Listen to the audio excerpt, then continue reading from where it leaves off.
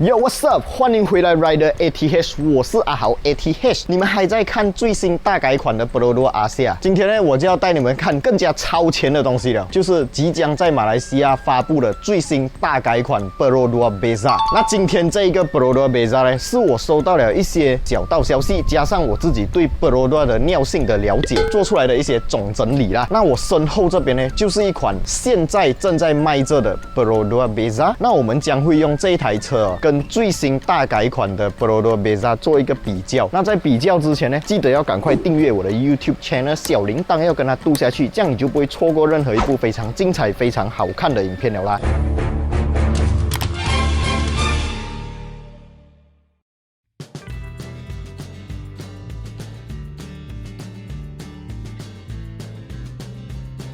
Perodua Beza 这一款车呢，其实它经历过了好几次的小改款。首先呢，是它的第一批生产出来的时候，那个屁股真的长得太好笑了。就算你是开一辆 4x4 pickup truck， 你跟在它的后面，你都可以看到它的车底的部分。所以当时候我看到，我就真的很好奇，到底 Perodua 的 R&D 有没有把这台车开上路去试驾，有没有让人家跟在它后面看一下它屁股长什么样子？这样好笑的 design 都可以做出来。所以那时出了影片过后 ，Perodua 就在后面的 bumper 做了一点点改动啦。那接下来呢，他又在整台车前脸还有后尾 bumper 的位置呢，做了另外一次升级，也就是 facelift 版本啦。这一台呢，就是一个 facelift 版本。其实我觉得现在我身后这一台 Perodua Beza 已经进化到很好看了，尤其是它的车头 design。Perodua 目前那么多款车里面，我最喜欢的车头 design 应该就是这一台 Beza 了。我们可以看到，在大改款之前哦 ，Beza 就已经用上了全 LED 的车头灯组，除了这个 signal 还是 halogen 灯泡啦。在大改款过后，将会沿用全 LED 的这一种方式，而且很大可能将会有 DRL。至于Asia方面呢，在小改款之前是卤素灯泡嘛，它升级成了 LED 的车头灯组过后，目前 Perodua 全车系 LED 车头灯。Proton， 你睡醒了吗？可以快点嘛，加快你的脚步一下。真的是不明白你的 Saga 还在睡觉做什么梦。Persona 还有 Iris 还要买到顶配才有 LED， 不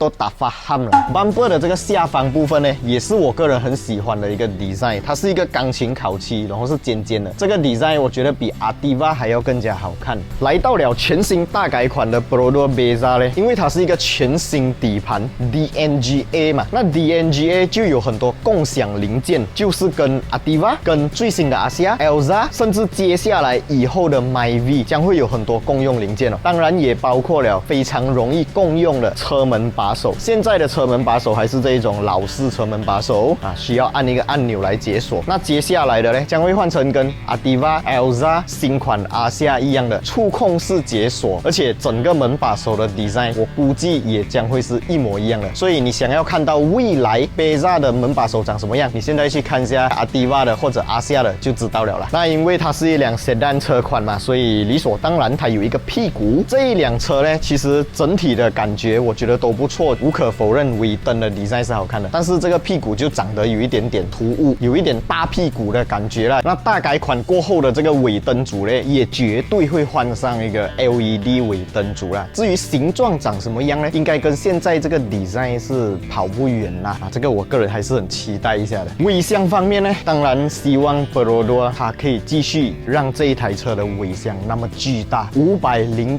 liter 的尾箱空间，所以我建议下次你搭 Grab 可以坐尾箱，应该会比后座舒服啦。OK， 这台车的外观会改成什么样呢？非常明显，它将会沿用这个家族式设计啦。这个前脸 design 我已经很满意了，希望 Perodua 可以把它变得更美，而不是变得更加奇怪啦。那坐进来这一台车呢，我们就可以很明显的看到这个 interior design 已经过时了。我们可以看一下最近 Perodua 的产品Elza、Ativa、Asia 都有一个家族式的内装，一种非常 family 的感觉。Van Diesel 真的非常开心看到这一点。那我相信接下来的 Beza 呢，在 interior 方面也会跟目前你们看到 Asia 的 interior dashboard design 是几乎一样的 design， 可能在颜色方面会有做一些调整，可能将会有一些饰条啦，还是什么样之类的点缀。然后 steering wheel 方面呢，我觉得也会沿用 Ativa、Asia、Myvi 同款的 steering wheel， 减少成本，同一条生产线增加产量罢了，这一点真的非常 good job。meter 方面呢，当然我相信也会用上全数位的的米德。至于 dashboard 正中间的多媒体播放器呢，也将会是悬浮式播放器。因为 Family Van Diesel 真的非常开心看到这一点，家族式设计就是这样子，我觉得 design 是跑不掉了。当然，冷气操控界面啊那些都会换成好像现在的 Myvi、Alza、Ativa、Asia 一模一样的 design， 一样就是我刚刚讲的那句话，增加同一条生产线的生产量，从而减少 R&D 的成本。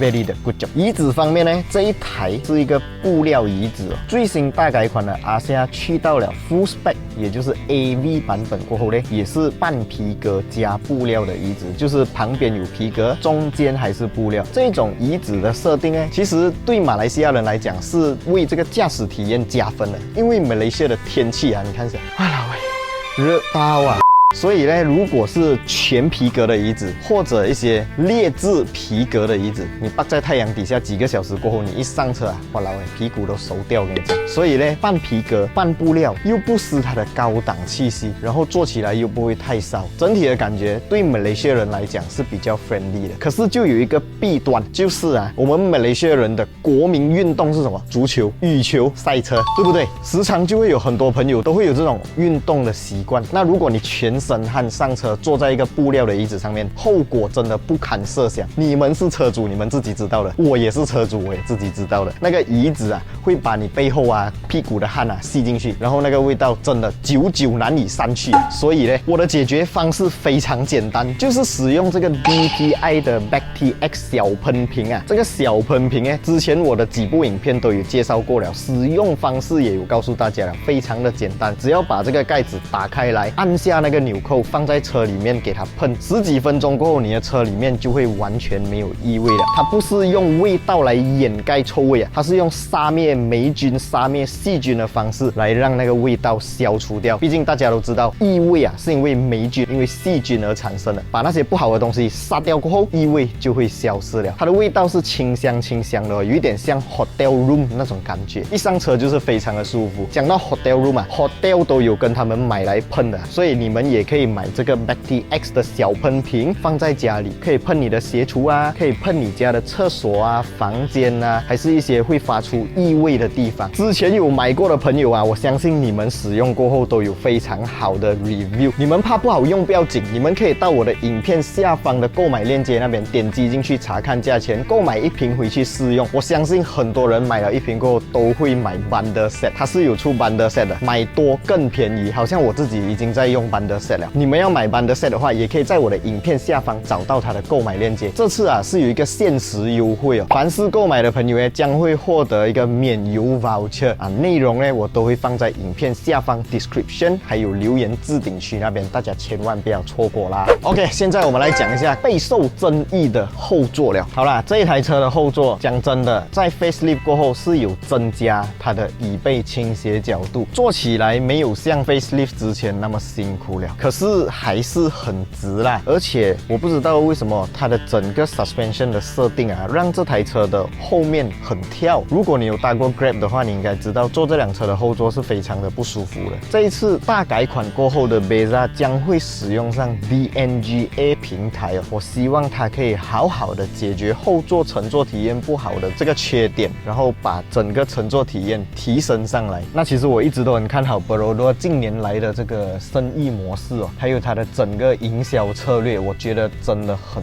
赞。相比起隔壁家对手呢，真的是要多多加油了。那如果你们要请 consultant 的话，可以请我。那现在我们就上路驾这一台车，顺便讲一下新款的 Beza 到底会有哪一些升级的地方。我们现在 Let's go。OK， 现在呢，我们就一边开这一台 Perodua Beza， 然后一边来讲解一下接下来大改款的 Perodua Beza 在动力总成方面，还有在乘坐与驾驶体验方面，跟现在这一台 Perodua Beza 我们预测一下会有什么样的差别。现在我开着这一台 Beza 呢 ，Steering Wheel 是没有办法做上下前后调整的。然后我们也可以看到，在旧款的 Asia 呢，它的 Steering Wheel 是不能做上下下前后调整，跟这一个 Beza 是一模一样的。这个很好理解啦，因为旧款的阿西亚跟现在这一款 Beza 呢是共用同样的一个平台。那新款的阿西亚是用上了 DNGA 平台嘛，然后新款的 Beza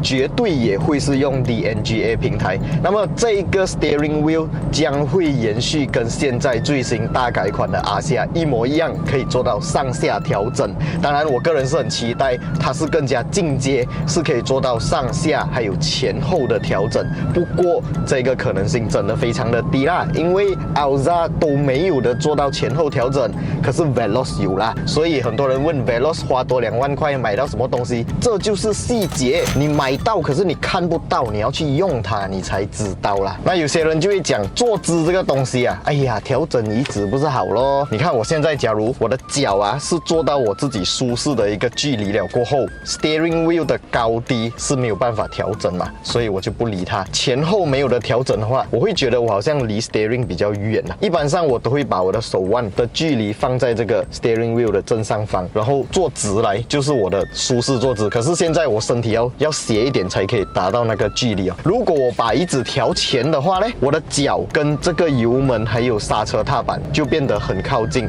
再操作起来感觉就会怪怪。而且我身高只有170哦，如果身高更高的朋友啊，坐在这一台车里面开起来，那个感觉一定更奇怪啦。不过我知道其实很多女生啊，我看到都是女生啊，她们驾车都喜欢把这个椅子啊移到前到这样子来驾车啊，哇，真的超危险耶！因为你的脚啊已经整个弯起来了，所以你在操作你的油门跟刹车踏板的时候变成很不灵活，所以会有什么误踩油门啦、误踩刹车啦。OK， 那个是其中一点。再来一点就是，如果发生碰撞，你去撞人也好，还是你真的衰给人家撞也好，你在这样靠近的距离给 airbag 炸到啊，不是开玩笑的啊。所以一个正常的坐姿，我觉得真的太重要了。新款的阿西亚我还没有试驾到，接下来我将会试驾，也会体验分享给大家知道我的体验是怎么样的啦。这辆 Beza 的乘坐体验，它的整个人体工学 steering wheel 的距离高度是没有办法做到什么调整，所以我觉得这一方面在新款的 Beza 我希望是有提升的啦。当然有传闻讲哦，新款的 Beza 很有可能将会用 Vios 的相同平台，因为最新大改款的第4代 Vios 也是使用 DNGA 哦。不过我个人觉得那个可能性不高，因为如果它真的沿用了 Vios 的底盘的话，那它就是一个 DNGA B segment 平台，它跟现在这个 A segment 的 Beza 相比起来呢，就有一个距离了啦。就算它真的要生产 DNGA B 平台的 sedan 车，应该也不会叫做 Beza， 而是另外一个全新车款。那既然它已经有 DNGA A segment 平台的阿西亚了嘛，它就用回老套路，把 A segment 的阿西亚拉长屁股变成 Beza， 这样子其实是更加省时省力省 R&D 省钱的做法。毕竟它不能花太多的钱在生产工艺、制造成本还有设计方面嘛，因为 Beza 这一款车还是 target Malaysia 的比较低收入的群组，所以它才可以称霸马来西亚，成为最好卖的 A segment sedan。讲到称霸马来西亚最好卖的 A segment sedan 呢，我们又要来讲一下它的那个对手了啦 ，Proton Saga。Proton 你真的还不要改款咩？在你的产品线里面最好卖的就是 Proton Saga 了，现在你给它出一个大改款来打阿西亚，来打 Beza， 不是很好咯？啊，这个我真的是不太明白 Proton 的想法，还有它的生意思路啊。OK， 讲回这辆 Proton Beza 的动力总成呢，目前是一个1300cc Dual VVTi NA 搭配一个4速自排变速箱哦。接下来呢，将会是 DCVT 的天下了。我们很明显可以看到 Proton 呢，目前有 DCVT 的 Activa、Elza、Myvi、Asia， 那接下来 Beza 用上 DCVT 也是肯定的事情了，这是180%跟你们打包票的。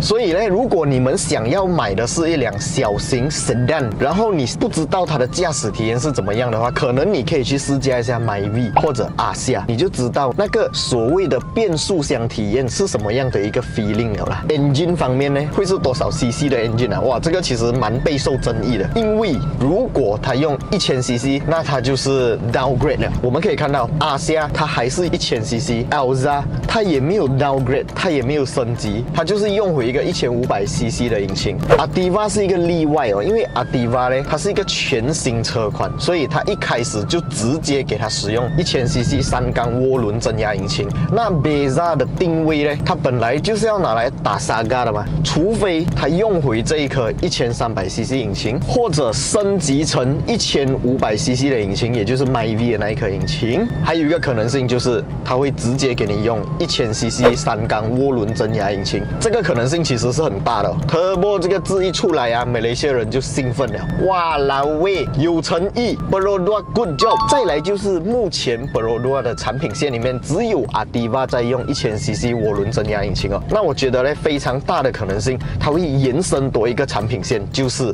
Beza 也是共用同样的引擎。那它的生产线呢，也比较容易做工了啦，就是cut掉1300cc 的那一条引擎生产线，然后在1000cc 3缸涡轮增压引擎的生产线那边增加生产，所以我觉得这个可能性非常的大。实际会是怎么样，我们到时见啦。然后当然驾驶体验，这是一个旧阿夏平台，到新了之后将会是一个全新阿夏平台，也就是 DNGA 啦。所以我相信在整个驾驶体验将会有更好的提升。毕竟 Ativa、Alza 我都驾过，我是觉得他们的驾驶体验还算不错。可是以我跑赛道的一些经验啦，我相信它依然没有办法做到用时速105公里的速度过弯，还是稳稳的啦。好啦，今天的整个分享大概就先讲到这里。我个人是非常期待最新大改款的 Beza 可以赶快发布，因为我相信大家跟我一样都很期待看到马来西亚汽车工艺的发展。今天这部影片就先到这里啦，喜欢我的影片不要忘记订阅、按赞，还有分享出去，小铃铛要跟它度下去。我是阿豪 ATH， 我们下一部影片再见啦 ，Goodbye。